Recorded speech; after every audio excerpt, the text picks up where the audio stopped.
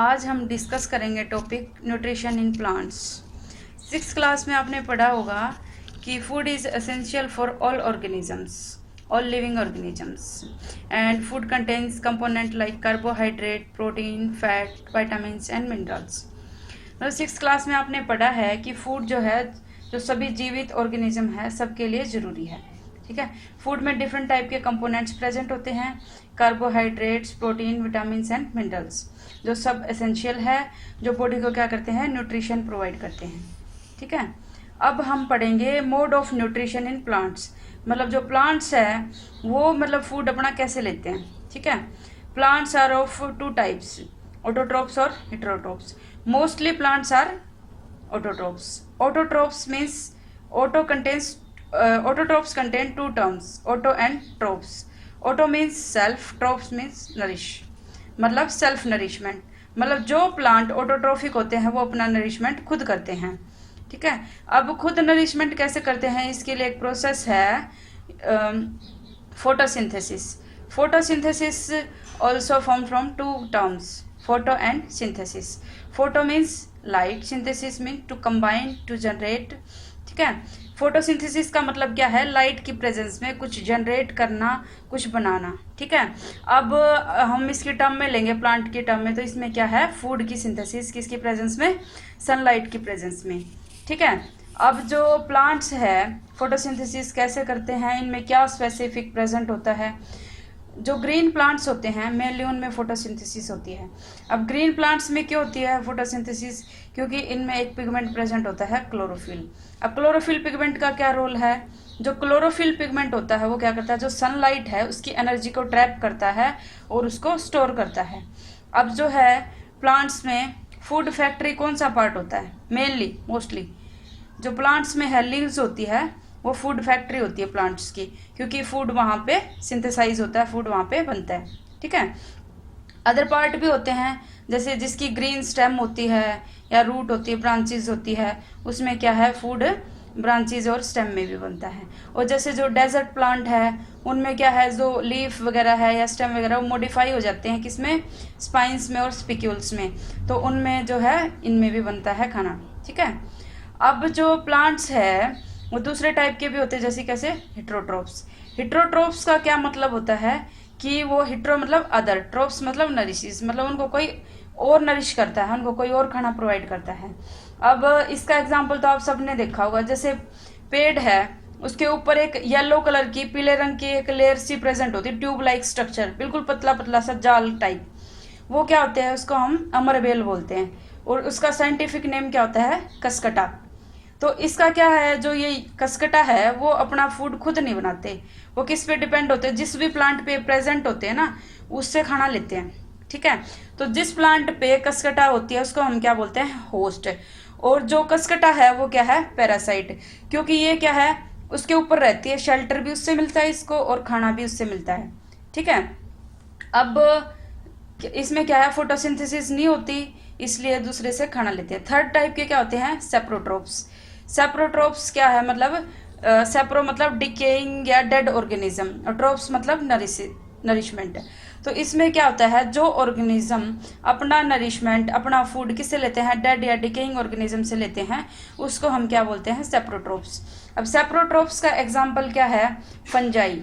अब फंजाई आप जैसे घरों में भी देखा होगा, जैसे कई बार रोटी के ऊपर भी ब्राउनिश कलर के पैचेस बन जाते हैं, या जैसे ब्रेड है उसके ऊपर ब्राउन, ग्रीन, ब्लू कलर के पैचेस बन जाते हैं, वो क्या है, वो फंजाई है।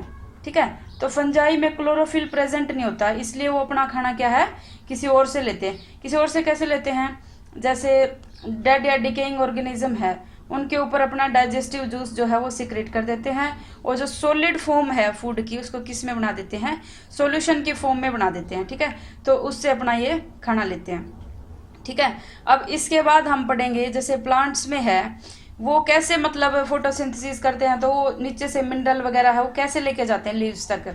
ठीक है, तो फोटोसिंथेसिस में किस किस चीज़ की रिक्वायरमेंट होती है, mainly carbon dioxide and water. Sunlight हमें क्या है, अल्टीमेट सोर्स है इसका, फोटोसिंथेसिस का। तो कार्बन डाइऑक्साइड कैसे मिलती है, एनवायरनमेंट में प्रेजेंट होती है। प्लांट इसको लेते कैसे हैं, प्लांट्स में जैसे मेनली मोस्टली लीव्स में पोर्स प्रेजेंट होते हैं, ठीक है, और पोर्स के बाद जो है गार्ड सेल होती है, और इसके फुल स्ट्रक्चर जो पोर और गार्ड सेल को मिला के हम क्या बोलते हैं, स्टोमेटा। तो स्टोमेटा के थ्रू जो है कार्बन डाइऑक्साइड एनवायरनमेंट से प्लांट के अंदर जाती है और इसको प्लांट्स यूज करते हैं फोटोसिंथेसिस के लिए। उसके बाद है वाटर। वाटर को कैसे लेते हैं, वाटर को प्लांट की जो रूट है वो अब्जॉर्ब करती है सोइल से, ओके।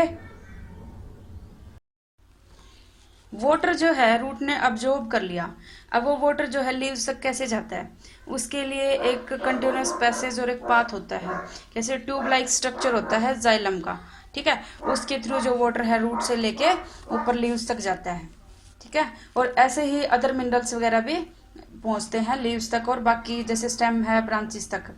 उसके बाद मैं आपसे क्वेश्चन पूछूंगी कि जो है फोटोसिंथेसिस के बिना लाइफ पॉसिबल है, फोटोसिंथेसिस के बिना लाइफ पॉसिबल है नहीं है। इसके दो रीज़न है, क्योंकि एक तो फोटोसिंथेसिस के बिना फूड अवेलेबल नहीं होगा, किसी भी टाइप का फूड नहीं बनेगा, क्योंकि हम डायरेक्टली इनडायरेक्टली ह्यूमंस और एनिमल्स जो है वो प्लांट पे डिपेंड है फूड के लिए, ठीक है। सेकंड जो है, जो हम ऑक्सीजन यूज़ करते हैं रेस्पिरेशन के लिए, वो ऑक्सीजन किससे बनती है, वो प्रोसेस फोटोसिंथेसिस है जिससे बनती है, क्योंकि देखो कार्बन डाइऑक्साइड और वाटर मिलके क्या बनाते हैं, कार्बोहाइड्रेट्स एंड ऑक्सीजन, ठीक है। तो ऑक्सीजन मस्ट है, फूड से भी नेसेसरी है। उसके बाद जो है मेन सोर्स जो है जो बनाते हैं प्लांट फोटोसिंथेसिस से, वो क्या है, कार्बोहाइड्रेट्स। तो कार्बोहाइड्रेट्स किस में चेंज हो जाता है बाद में, स्टार्च में। और स्टार्च का हम टेस्ट कर सकते हैं आयोडीन से उस लीव्स में, उससे हमें पता चल जाता है कि यहाँ पे फोटोसिंथेसिस हो रही है। इसके लिए एक एक्टिविटी है, 2 पोटेड प्लांट लीजिए, एक को क्या है डार्क में रखिए 72 आवर्स के लिए, एक को सनलाइट में। उसके बाद जो 6th क्लास में जो टेस्ट है आयोडीन का टेस्ट, वो टेस्ट कीजिए, ठीक है, दोनों प्लांट्स पे। जो सनलाइट वाला प्लांट है उसमें स्टार्च का टेस्ट जो है वो पॉजिटिव आएगा, और जो डार्क वाला है उसमें क्या आएगा, नेगेटिव आएगा।